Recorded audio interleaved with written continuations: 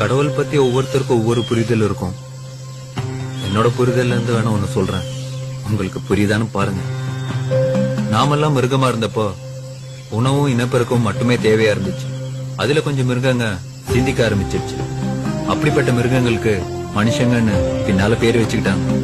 அந்த மனுஷனுக்கு மிருகங்கள்ட்ட இல்லாத பேராசை, பொறாமை, போட்டி, வஞ்சம்னு நிறைய குணங்கள் சேர்ந்துருச்சு. மனுஷங்களோட மனசும் நிம்மதி இழந்துருச்சு. அப்பதான் ஏன்டா நிம்மதியே இல்லன்னு உட்கார்ந்து அமைதியை யோசிக்கதான் கோயில்களை கட்டி வச்சாங்க. உட்கார்ந்து ஒழுக்கமா யோசிச்சவங்க நிம்மதியை கெடுத்த தேவையில்லாத குணங்களை உதுத்து விட்டுட்டு கடவுள் நிலையை அடைஞ்சாங்க. அந்த கடவுள் நிலையை அடைஞ்சவங்க கொடுத்துட்டு போன சிலபஸ் தான் திருமந்திரம், திருக்குறள், பகவத்கீதா, குர்ஆன், தம்மபதம், பைபிள்னு எல்லாம்.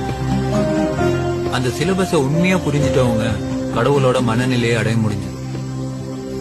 இப்ப நீங்க ப்ரூஸ்